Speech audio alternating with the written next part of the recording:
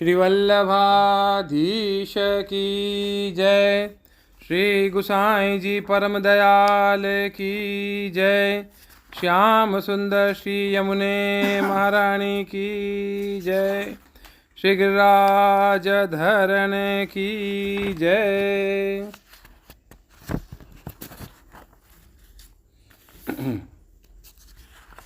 श्रीमद् भागवत चतुर्थ स्कंद। आज है 16वां अध्याय।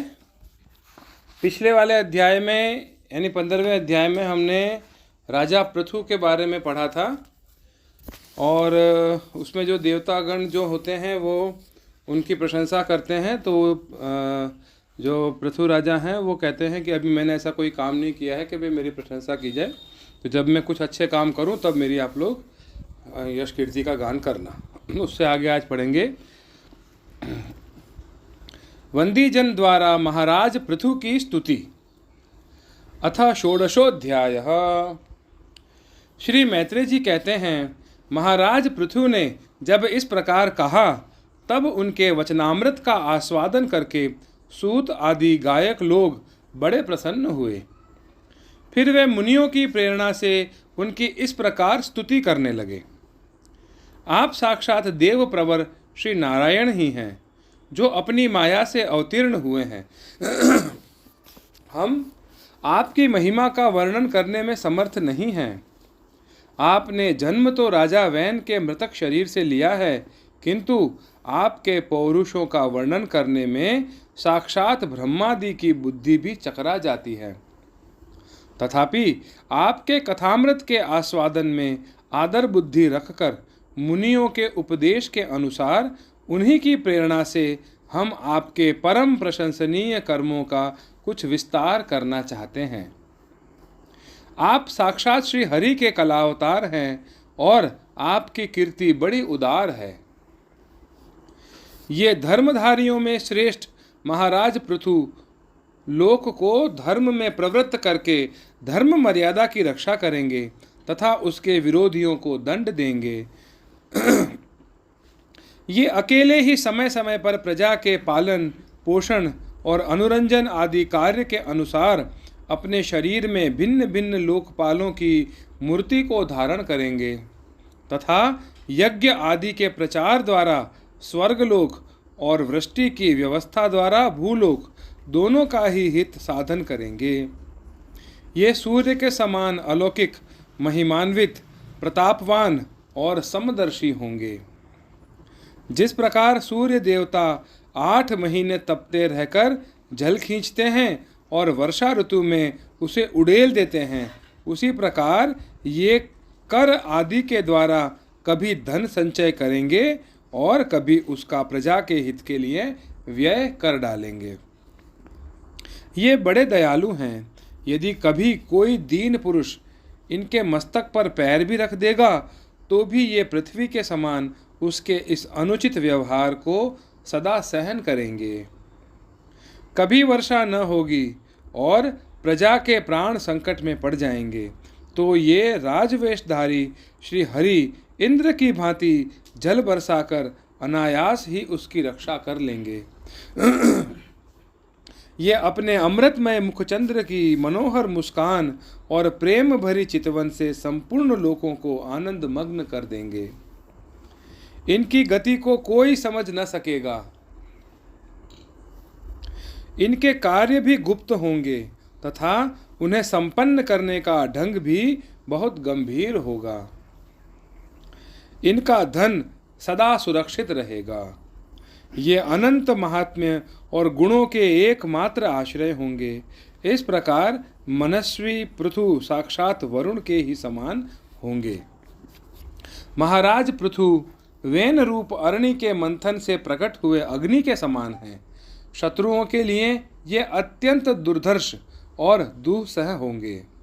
ये उनके समीप रहने पर भी सेना आदि से सुरक्षित रहने के कारण बहुत दूर रहने वाले से होंगे। शत्रु कभी इन्हें हरा न सकेंगे। जिस प्रकार प्राणियों के भीतर रहने वाला प्राण रूप सूत्रात्मा शरीर के भीतर बाहर के समस्त व्यापारों को देखते रहने पर भी उदासीन रहता है, उसी प्रकार ये गुप्तचरों के द्वारा प्राणियों के गुप्त और प्रकट सभी प्रकार के व्यापार देखते हुए भी अपनी निंदा और स्तुति आदि के प्रति उदासीनवत रहेंगे। ये धर्म मार्ग में स्थित रहकर अपने शत्रु के पुत्र को भी दंडनीय न होने पर कोई दंड न देंगे और दंडनीय होने पर तो अपने पुत्र को भी दंड देंगे।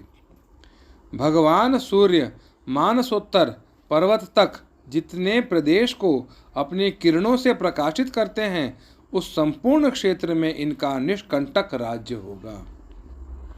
ये अपने कार्यों से सब लोगों को सुख पहुंचाएंगे, उनका रंजन करेंगे। इससे उन मनोरंजनात्मक व्यापारों के कारण प्रजा इन्हें राजा कहेगी। ये बड़े दृढ़ संकल्प, सत्य प्रतिज्ञ, ब्राह्मण भक्त, वृद्धों की सेवा करने वाले, शरणागत वत्सल, सब प्राणियों को मान देने वाले और दीनों पर दया करने वाले होंगे।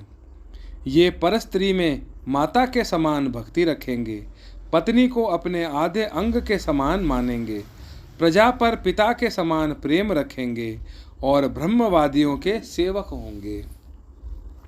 दूसरे प्राणी इन्हें उतना ही चाहेंगे जितना अपने शरीर को। ये सुहृदों के आनंद को बढ़ाएंगे।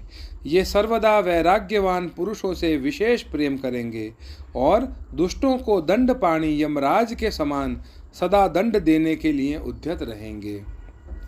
तीनों गुणों के अधिष्ठाता और निर्विकार साक्षात श्री नारायण ने ही इनके रूप में अपने अंश से अवतार लिया है, जिनमें पंडित लोग अविद्यावश प्रतीत होने वाले इस नानात्व को मिथ्या ही समझते हैं। ये अद्वितीय वीर और एकछत्र सम्राट होकर अकेले ही उदयाचल पर्वत समस्त भूमंडल की रक्षा करेंगे तथा अपने जयशील रथ पर चढ़कर धनुष हाथ में लिए सूर्य के समान सर्वत्र प्रदक्षिणा करेंगे। उस समय जहाँ तहाँ सभी लोकपाल और पृथ्वीपाल इन्हें भेंटें समर्पण करेंगे। उनकी स्त्रियां इनका गुणगान करेंगी और इन आदि राज को साक्षात श्री हरि ही समझेंगी। ये प्रजापालक राजाधिराज होकर प्रजा के जीवन निर्वाह के लिए गौ रूप धारिणी पृथ्वी का दोहन करेंगे और इंद्र के समान अपने धनुष के कानों से बातों की बात में पर्वतों को तोड़ फोड़ कर पृथ्वी को समतल कर देंगे। रणभूमि में कोई भी इनका वेग नहीं सह सकेगा। जिस समय ये जंगल में पूंछ उठाकर विचरते हुए सिंह के समान अपने आजगव धनुष का टंकार करते हुए भूमंडल में विचरेंगे, उस समय सभी दुष्टजन इधर उधर छिप जाएंगे। ये सरस्वती के उद्गम स्थान पर 100 अश्वमेघ यज्ञ करेंगे। तब अंतिम यज्ञानुष्ठान के समय इंद्र इनके घोड़े को हर कर ले जाएंगे। अपने महल के बगीचे में इनकी एक बार भगवान सनत कुमार से भेंट होगी। अकेले उनकी भक्तिपूर्वक सेवा करके ये उस निर्मल ज्ञान को प्राप्त करेंगे जिससे पर ब्रह्म की प्राप्ति होगी। इस प्रकार जब इनके पराक्रम जनता के सामने आ जाएंगे, तब ये परम पराक्रमी महाराज जहाँ तहाँ अपने चरित्र की ही चर्चा सुनेंगे। इनकी आज्ञा का विरोध कोई भी न कर सकेगा तथा ये सारी दिशाओं को जीतकर और अपने तेज से प्रजा के क्लेश रूप कांटे को निकालकर संपूर्ण भूमंडल के शासक होंगे। उस समय देवता और असुर भी इनके विपुल प्रभाव का वर्णन करेंगे।